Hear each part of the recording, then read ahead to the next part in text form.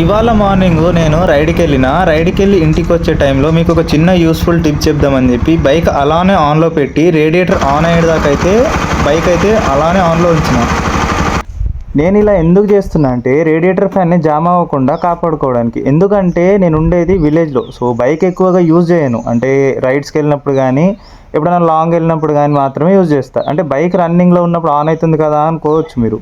So bike రన్నింగ్లో ఉన్నప్పుడు ఇప్పుడున్న చలికాలంలో అస్సలు రేడియేటర్ ఫ్యాన్ ఆనే కాదు రన్నింగ్లో.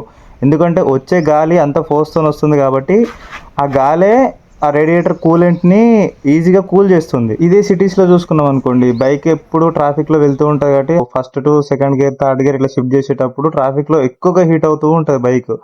సో అప్పుడు రేడియేటర్ ఫ్యాన్ అయితే ఖచ్చితంగా అబ్జర్వ్ చేసి ఉంటారు మీరు.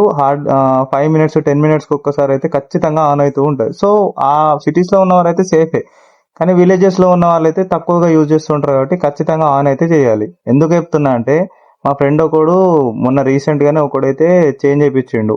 వాడిని నేను అడిగితే ఏం చెప్పిండంటే వాడు అసలు లాంగ్ రన్స్కి కానీ లాంగ్ రైడ్స్కి కానీ అసలు వెళ్ళడంట. ఎప్పుడు చూసినా అంటే విలేజ్లోనే ఎక్కువ తిరుగుతూ ఉంటాడు, అంటే తక్కువ తిరుగుతూ ఉంటాడు.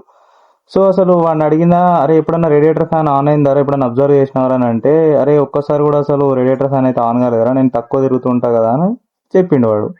సో అలా రేడియేటర్ ఫ్యాన్ అయితే చేంజ్ చేయాల్సి వచ్చింది. సో కొంతమంది అనొచ్చు, బ్రో ఇట్లా చేస్తే పెట్రోల్ ఎక్కువ వేస్ట్ అవుతుంది, ఇంజన్స్ లో ఏమన్నా ప్రాబ్లం వస్తాయంటే, బ్రో ఏం కాదు. బట్ మీరు ఎలా ఆన్ చేయాలంటే, ఎప్పుడైనా రైడ్కి వెళ్ళొచ్చినప్పుడు కానీ ఎట్లన్నా లాంగ్ వెళ్ళొచ్చినప్పుడు కానీ బైక్ అలా వచ్చి పార్క్ చేసి ఒక 1 మినిట్ అలా పెడితే మీ రేడియేటర్ ఫ్యాన్ అయితే ఆన్ అయిపోతుంది. సో మంత్లీ ఒక 1 or 2 టైమ్స్ వేస్తే రేడియేటర్ ఫ్యాన్ అయితే జామ్ కాదు.